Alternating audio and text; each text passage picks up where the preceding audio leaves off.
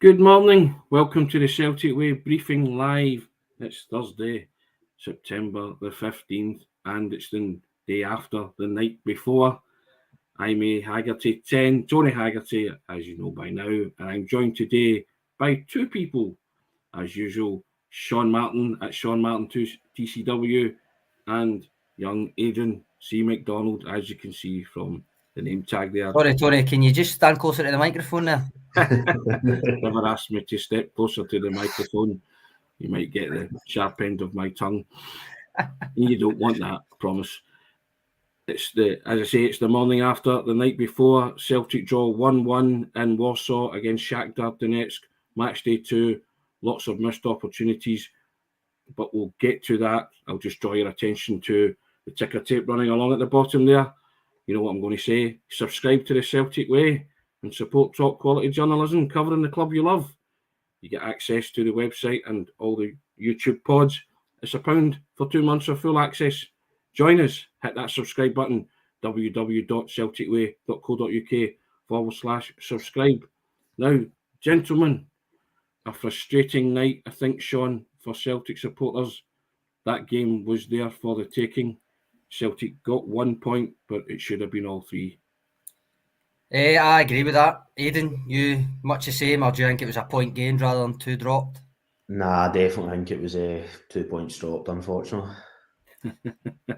Oh, Aidan's sounding the way I feel in my head. I try to be a bit upbeat and more positive. Yeah. I mean, Sean, a plethora of chances came and gone, didn't it?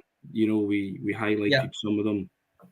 I've written a piece on the website which you can read about turning that profligacy into potency. It was a kind of same old story, wasn't it? Celtic bemoaned rude chance against Real Madrid, and then last night they created a whole host. I mean, some great opportunities, and could have won that game comfortably in the end. Aye, I think so. I think they started exactly how you would want them to start, getting an early goal. Shakhtar, when they started coming back into it, especially when they scored, it did kind of rattle Celtic, I felt.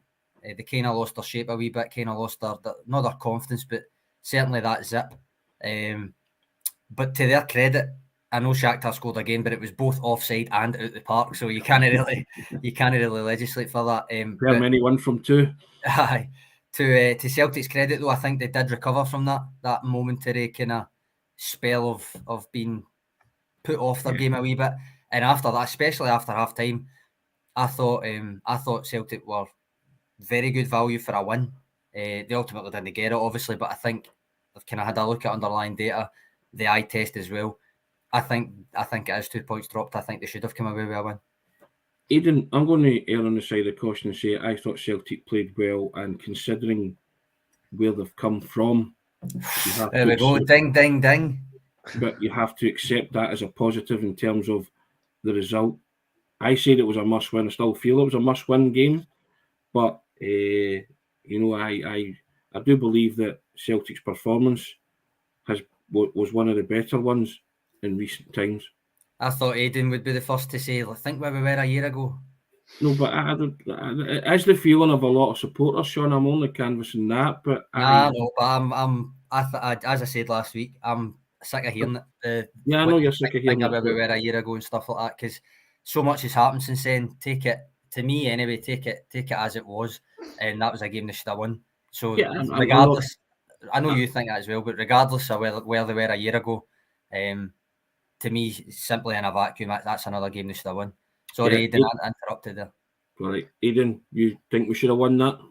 I think we should have, particularly given how we dominated. I mean, at some point, it almost felt like I was watching a domestic home game at Celtic Park. The amount of time we had the ball, we were going forward, the chances. I couldn't actually believe it was a Champions League game I was watching at stages. And the fact we dominated it so much and didn't win is really disappointing. And it got more agonising as it went on, just for the chances, which I'm sure we'll go on to speak to, individual players that probably should have scored. But the whole thing was quite agonising. I understand what you're saying, Tony, compared to where we came from, but I've kind of got to agree with what Sean says. We've got to win that game. I agree with Sean. I've said it was a must-win game and they didn't win, and it still makes it hard, because I think there's this kind of notion that it's a given that they're going to win their home games. It's not a given. you have to turn up and win those games, and there's just the pressure's been mounted on them now by not winning in Shakhtar, and Shakhtar still have Shakhtar still have that 3-point cushion, so you have to recover that. And last night was a chance to do that. They didn't take it, but yeah, I was just making the point about the performance. I thought the performance. I'm like Sean. I don't actually particularly care where they've come from in that sense. I live in the here and the now, but I think that sense of disappointment shows you that, you know, Celtic supporter, you'd be disappointed with an away draw in the Champions League. That definitely. That's saying something. That attitude change I was kind of more talking about more than anything else. Retro Celtic saying a night of opportunities missed, but I'm happy with the point. Second place is still very much up for grabs onwards.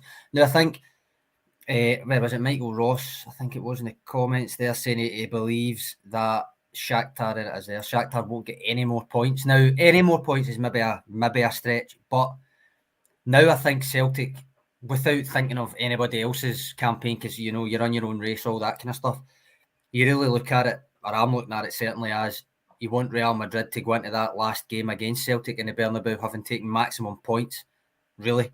So that means Shakhtar get 0 points from the next potential 6, meaning they were still on 4, getting into the the 5th game when they come back to Parkhead.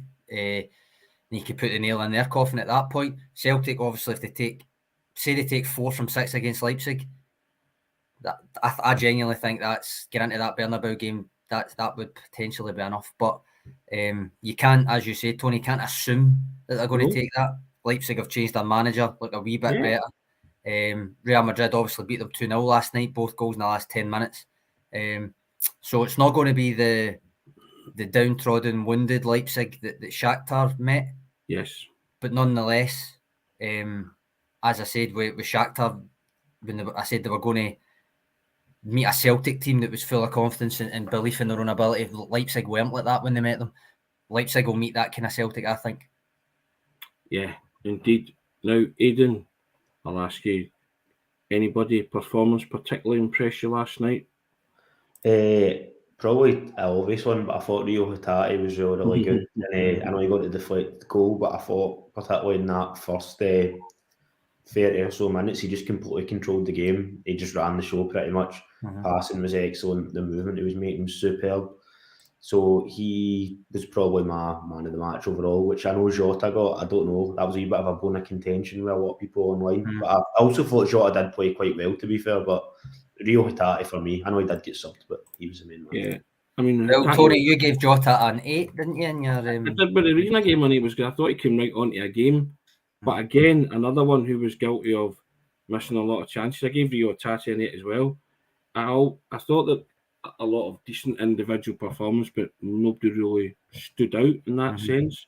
Gave Carter Vickers an 8 as well, because I thought he was pretty outstanding at the back, just unfazed, unflappable, really cool. But I mean, I thought Jota came right into it and created a lot for Celtic in the second half. But those 2 mazy runs that he had, I'm wanting him to pull the trigger sooner. I don't know what you thought about that, Aidan.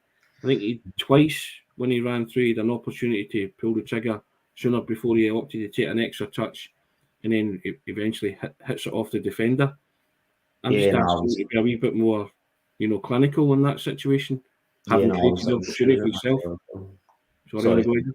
I was just going to say that particularly one near the end when he beat about 3 or 4 guys and he just kept running and he almost just tripped over his own feet. I was just shouting at my telly for him to either pass it or pull the trigger, and when he didn't, it was absolutely gutting. But it was a good performance from him.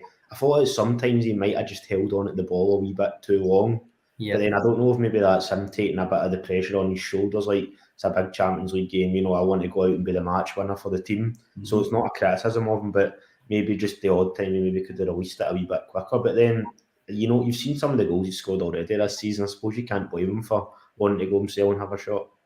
No, Sean, did what was your thoughts on those 2 particular runs that he had, Jota, with the amazing solo dribbles?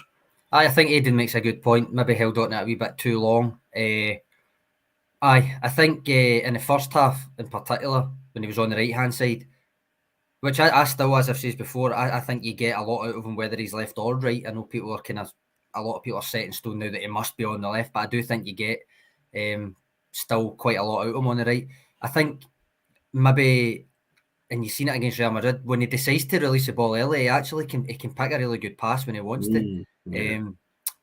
I think he's finding it, the step up in quality of defender that he might be trying to take on. While he still does dribble past a lot of people, he did 9 dribbles past opponents last night, which is the highest in the game. Sometimes I do think he holds on to it, like Aidan said, that wee split second too long. Not even necessarily to get a shot away, but to play the next pass. I've put up his total action map from StatsBomb there, which I'll be putting out on Twitter as well. Now, I know it's a lot of arrows and stuff, but basically the red arrows are successful things that he's done, and the kind of amber arrows are unsuccessful things. Now, these are passes, dribbles, whatever, but it just shows you where his game was played.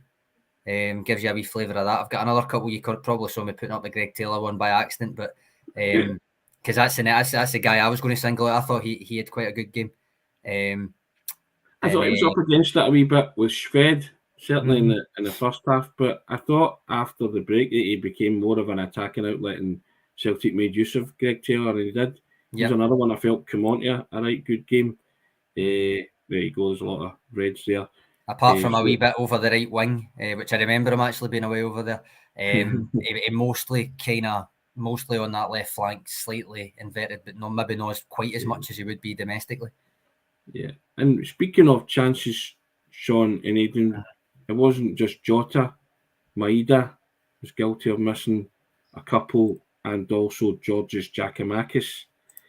I mean, these were, in my opinion, these were gilt-edged chances, Aidan. I don't know what your thought was, but they really should. At this level, you have to take them. You've got to take them. Yeah, you've got to be taking them, and I think that's why my frustration was building, and it's probably maybe clouded some of the positives in the result for me. Particularly Giakoumakis is when he comes in, he takes like a good touch, and I think it was on his weaker foot, but he kind of sets himself, and he is actually quite close. He's unlucky, but you'd be expecting the big man to put that away, given how clinical he is in the box. Although that would have been 2 touches, to be fair, rather than one touch finish. But and then the Maeda one, he is stretching a wee bit. It's an absolutely brilliant ball from Juranovic, to be fair. That is like a world-class ball in, and he's just stretching a wee bit to get it. But yeah, they were gilt-edged chances, Tony, and it was pretty frustrating. Sean, you made the point that Maeda was the top scorer in the J-League. Yeah. It's the kind of chance he would probably have gobbled up.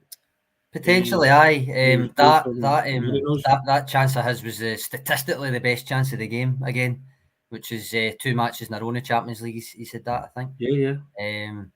Well, no, I think I know, because the Real Madrid one was definitely the best chance. But I mean, sometimes people go through these. I think he'll start putting them away at some point. He's kind of tight. He'll turn in front and go for him. It's just frustrating for him and for Ange and for Celtic in general that 2 big Champions League games and it's not come off for him. But interestingly, 2 half-time introductions for him. Yes. Haksabanovic started kind of surprisingly. I know some had tipped him. Neither me nor you nor Graham had thought that he would start yesterday, Tony. What did you make of him? Did you think he was rightfully withdrawn? Was it just maybe that was always a plan, give him up one half, or what do you think? I thought he had a bright opening and helped set up the goal from Juranovic's. We'll give him credit and say it was a pass, but done that wild kind of hack clearance into a good pass, and he did very well to pick up attack. And he looked very lively, but I just think he fell out of it after a really bright opening. And I don't know if maybe it was, as you say, the instruction was to give him 45, build up his fitness, because it was certainly tactical, wasn't it? Mm-hmm. It must have been at 45 minutes. I don't see it any other than that. But I mean, I'd still like to see more of him. But you know, I when Maeda came on, I thought he certainly did a defensive shift as well, and he gave Celtic a lot of legs. And you know, he did miss a couple of chances, but he certainly gave Celtic a wee bit more in the attacking sense, the attacking third. Mm-hmm. Yeah, you can argue the toss should he score or not. Of course he should, but you know, he's still got something to offer, Maeda. I think so. Got a good few a good few here.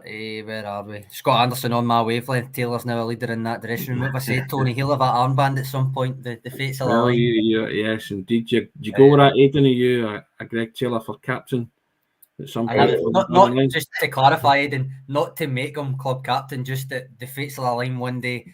Cal McGregor will be getting subbed off. Maybe Joe Hart's not playing in a cup game or something, and he'll hand it to Greg Taylor. Is my theory. Potentially. I mean, I'm definitely a big fan of Greg Taylor. Whether or not he's full on captain material now, I don't know, but he's been absolutely brilliant. And yeah, he just doesn't have a bad game. I actually cannot remember the last time he even struggled at all. Maybe Bodo Glimt, maybe at home, but nobody played well. So he's phenomenal. I'm a big fan of Greg Taylor.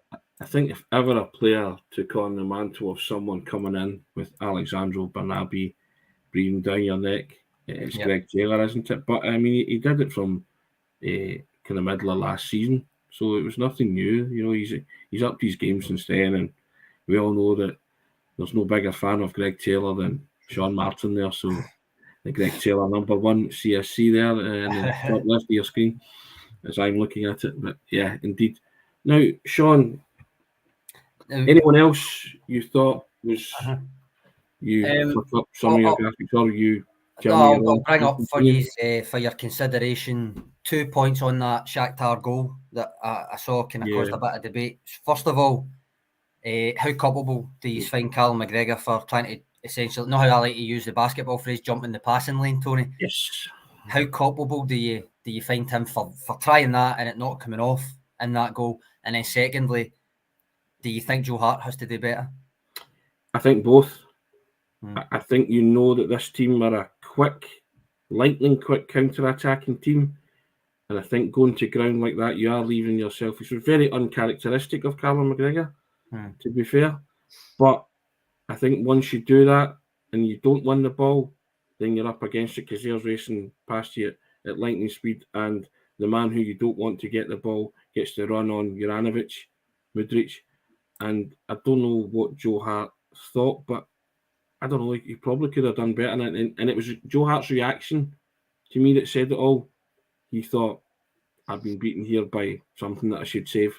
I mean, to me, he's just not that. He's not the type of player to duck. So but when I first saw it, I said, he's ducked there for some reason. When I saw it back, I think he's potentially thinking the way that he's running in on goal, he's going to smash this low to the far corner, and he's already made his mind up that that's where he thinks the ball's going. And then when he hits it slightly earlier than expected, but also high and central, he's kind of just naturally went, look, this is past me already, that kind of thing, rather than ducked. But it didn't look good, put it that way. It didn't look good for him. Yeah, and I know people are loath to criticise the captain, but I think Chris Sutton said at half-time in the studio that he felt it was a really bad mistake by Callum McGregor, crucial mistake, which obviously gave them the quick counter and releasing Mudryk, and Juranovic just unable to cope with his pacey Alan Opson. Carl Mack overcommits to the challenge. I don't want to go in heavy on Callum McGregor because we all know we all think of Callum McGregor as a footballer, but these are the fine margins that you have to learn from when you play at this level with a slick team like that. Aidan, that's the opportunity they were looking for, wasn't it? When you switched off, they switched on and they punished you for it. Yeah, and I think that will, excuse me, sorry, I think that will frustrate Ange Postecoglou because he actually mentioned after the game, we know they were a counter-attacking team, even though they were at home, we were expecting it. So the fact that we did lose a goal on the counter-attack, that will frustrate him. Just to kind of go back to when you were talking about who was culpable, I do think they were both. I think McGregor, I don't want to criticise him too much either, but I think he's got to be doing a wee bit better there. He overcommits slightly.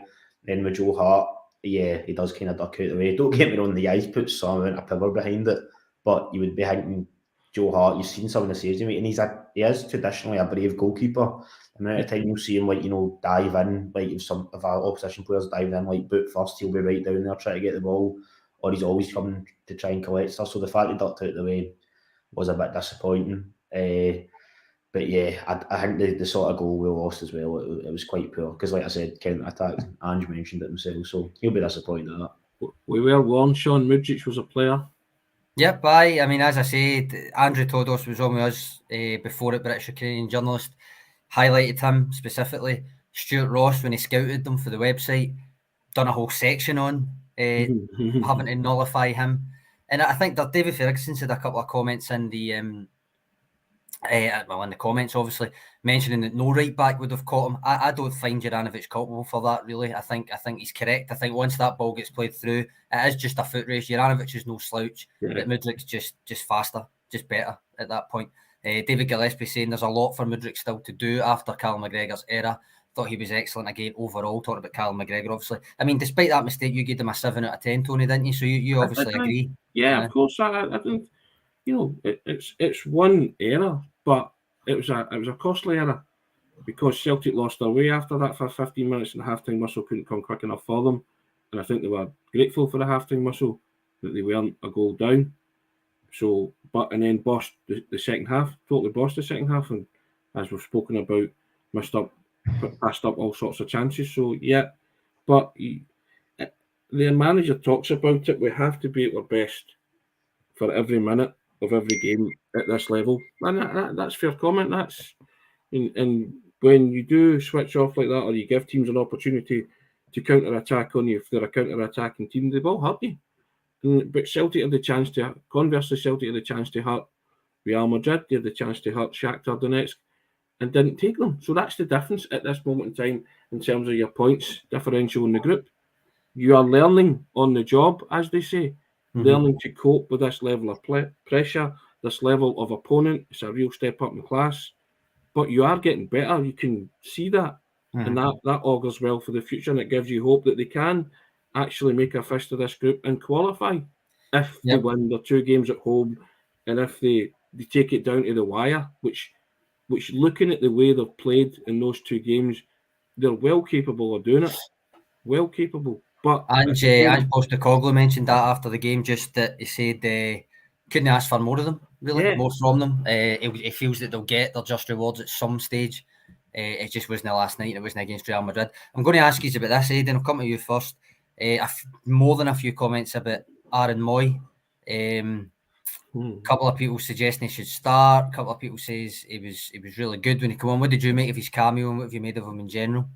I thought in general he made a wee bit of a slow start, and I know in some of the scouting stuff there was a thing about how he wasn't the quickest, but I think he's kind of improved game by game. And I actually thought when he came on against Real Madrid, he done all right. I know the game was almost kind of done at that stage, even though I think it was only 2-0. I thought he done quite well, and I thought he's kind of just built. Even before that, the Rangers game he came on, I thought he did okay. I thought last night he was fine when he came on. I don't know if I'm maybe just forgetting. I can't remember if he did anything amazing last night. I could be wrong. I think he might have broke up a couple of attacks. I remember he played that chipped ball right into Jackie Marcus. See the one at the end kind of just hit off him, and it looked like it was going to just bounce past the goalkeeper. I thought he done okay, yeah. And I actually have been impressed with him. He's getting better every game, and that's what you can really ask for. I agree with Aidan in that sense, Sean. I think he's getting better, and you're seeing visible signs of that. But we were only watching Riquelme last night when he came on. You know what I mean? Let's get it in perspective. I think Aaron Moy has done all right in the games that he's played. That's my opinion as well. I think. I mean, he is, as Alan Robertson says there, he's assured and all that, but he's not done anything wrong, but he's not exactly bossed it, or, in my opinion, in being. I'm similar to you. Similar to you, Tony. As I said yesterday, can I say when he signed, he's going to cover everybody and nobody, or he's going to replace everybody and nobody will be able to come on, play deep, play the 8 if they want. Well, that kind of thing, let McGregor go forward. That's the way that they've used him so far, sitting at the base and let McGregor go a wee bit forward. Now, I still think he's playing within himself with his passing.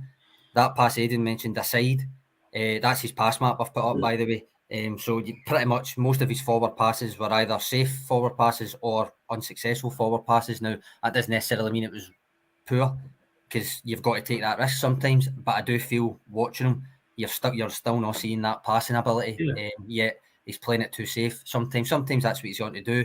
Last night, with the scoreline where it was, I would have wanted more risky passes from him. but I do think he's been a useful addition. As for calls to start, I don't think you've seen enough from him to edge his way into that midfield yet. I think David Turnbull's got a better case. Yeah, I would agree with that, and I'm not joining the clamour for Moy to start just yet. But yeah, Beach Boys, Moy had all the time on the ball because Shakhtar had retreated to the 18-yard line. It's passed to Giakoumakis for class, but he's not ready to play in big games. I think that kind of echoes what we're saying, isn't it? Mm-hmm. You know? Yep. I think Gary McDowell makes a good point. It's hard to judge him because of when he comes on. So I suppose the only way to see it is to start him. Yep. But I take Gary's point.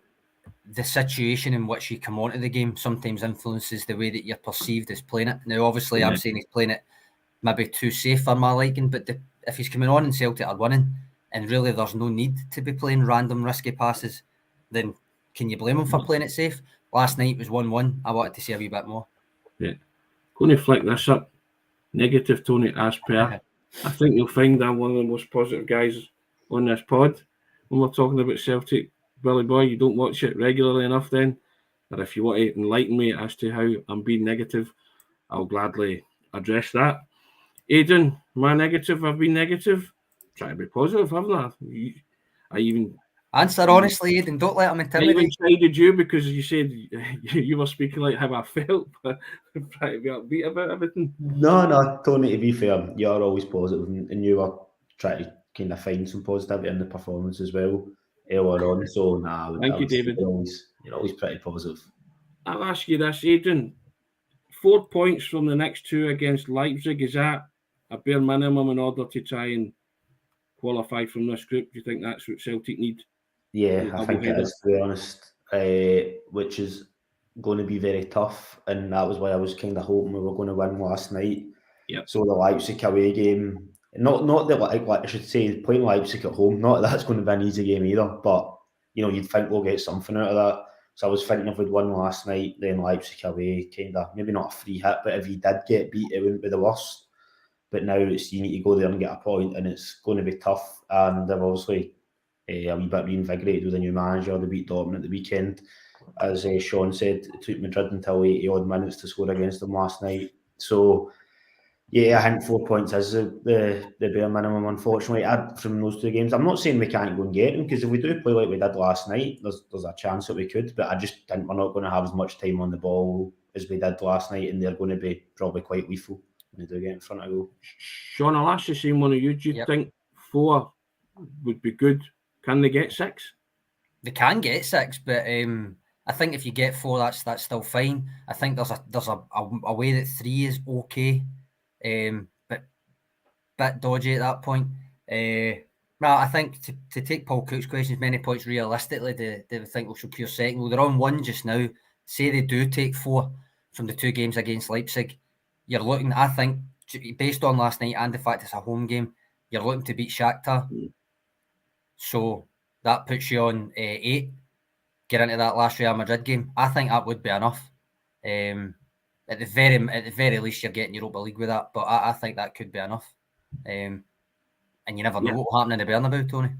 Of course, yeah, and I guess that's so hypothetical and everything, but we are trying to put a positive spin on last night's results when deep down we feel it was disappointing and a missed opportunity. But I think the way they've played, certainly for 50 minutes against Real Madrid, and the way they played for the majority of that game last night, that's what gives you the hope and optimism moving forward. And they're certainly not out in the group. And others are saying, they would rather go into the Europa League. I'm just, no, that's not for me. I want to reach the knockout phase of the Champions League. I've got to be honest, I want to finish second in that group because I still think it's doable. There you go. How's that for being negative, Aidan? Take a positive again, what we said at the start about the first half starting well and then having that wee moment, if you know what I mean, that wee period. But the fact that the second half was Celtic's, if you want to put it that way, I know they never scored, but it was Celtic's half. I never put this one up, so I'll put this here. This is another graphic, right? But it's quite simple to understand. You don't need to know the XG or anything, but that's what it's tracking. But you can see the 2 lulls in the first half. There's virtually no lulls in the second half. They consistently created chances in the second half. Yeah. And I think that's to their eternal credit. I know they didn't get the 3 points, but it is to their eternal credit. And as you can see up the top, the underlying data suggests Celtic would have won this 73% of the time. So they should have won the game. They did enough to win the game. That's why I think it was 2 points dropped. But ultimately, as I said I would, Tony, if they drew, I'll sit here and still say, well, a point away from home's not that bad. There's still plenty to go with. I think the most disappointing thing and negative aspect of this, Aidan, was the wardrobe doors didn't get flung open, because I promised people I would open the wardrobe doors if Celtic won away from home in the Champions League. Lots of disappointed punters this morning, Aidan. Shocker, eh? I know, man. That's what everybody will be gutted about. Have a really good result. The most famous wardrobe in podcast history stays shut. That's people. I mean, that's the Celtic supporters are up in arms about that. But yeah, I mean, I still thought there was a lot to enthuse over there. So that graph tells you what you were watching. Yeah, it's a simple eye test, the graph. And you just see without knowing the XG, 73% of the time Celtic should have won that game. And Aidan made a valid point, and we were talking about that, and Andrew Todders told us that Celtic would have the majority of the ball, so it was played, and certainly in the second half, like a domestic game. And, in any other domestic game, Celtic would have won that out the park. I mean, Celtic passed the ball well, first and foremost, nearly 90% pass completion, so they did pass it well. They created enough chances.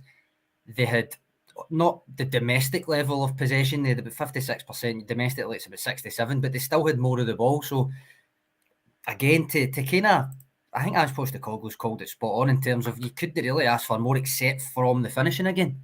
That was the only thing. That was the thing that was missing. You mentioned it in your piece. I can't remember the exact phrase you used, but basically they bossed the game. The only thing missing was the result at the end of it.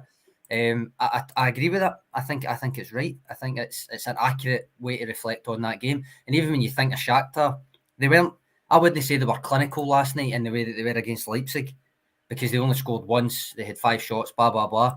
But they did only get 2 on target, which means they've had 6 shots on target and scored 5 goals in the 6 shots on target, scored 5 goals in the 2 games. You can't legislate for that kind of stuff, but I think it's a realistic and fair assessment to say Celtic should and could have won that game. It's always a relief, Aidan, when you do the eye test and the manager's seeing what you're seeing. If you have a wild take, then the manager kind of shoots that down. You begin to worry, but I think we're all seeing the same things here, are we not? Yeah, I think we were, to be fair. Pretty much any articles I was reading, including yours, of course, Tony, and any opinions I was seeing online or that after the game, or speaking to family and friends, everybody was like, we should have won the game. We didn't play that bad. In fact, we probably played quite well on stages. Probably some of the best you've seen us away from home in Europe. But it just need to be a wee bit more clinical. But hopefully that will come. Fingers crossed. Doubleheader against RB Leipzig, Sean, on the horizon, and all of a sudden that's become pivotal to Celtic's chances of qualification from the group. And if they do develop that clinical streak, then you can see that happening, can't you? Correct. And small matter of St Mirren and Sunday first as well before we enter an international break. So hopefully go away in a high with that. But we'll be back to preview that tomorrow. All 3 of us, I believe. Yep. All 3 of us, the 3 amigos, Avengers assembling again, are we? Yes, indeed. Yeah, one of those. Excellent. Well, I hope that's not been too negative, guys. We've been trying to put a positive spin on a one each battering. We should have won, to be fair. But disappointment that it did finish in a stalemate, a one each draw. But, they move on. We never stop. Still chances of qualifying from the groups in Celtic's hands. That will come out in the wash further down the line with the doubleheader against RB Leipzig, and we'll know exactly what they have to do to secure that, if indeed. But, no Europa League for me, Sean or Aidan. Champions League knockout phase, here we come type thing. If possible, I think it's there. It's up for grabs. Go and do it. Just direct you to the ticker tape. Subscribe to the Celtic Way. You've got all these negative pods, won't you? You've not taken that to heart at all, Tony, have you? You called us. I've gone out Ange in the microphone on that, to be fair. You called us the Avengers there, Tony. Jason Lee saying Tony's Iron Man, Aidan is Thor. So who have I been stuck as Andy Robertson then? Iron Man, there you go. That's not too bad. Yeah, excellent. There you have it. But yes, as I was saying, subscribe. Hit that subscribe button, guys. It's £1 for 2 months of access to everything. There's something for everybody, especially on the web. And also you get access to the pods as well. You know that. You can join us, www.celticway.co.uk/subscribe. We'll all be here tomorrow to preview the St Mirren game on Sunday. Have a cracking day, guys. All the best. Sean, contribution, thanks very much. First class as always. Aidan, same with yourself. Really enjoyed that. And we'll see you all tomorrow. Take care. Guys.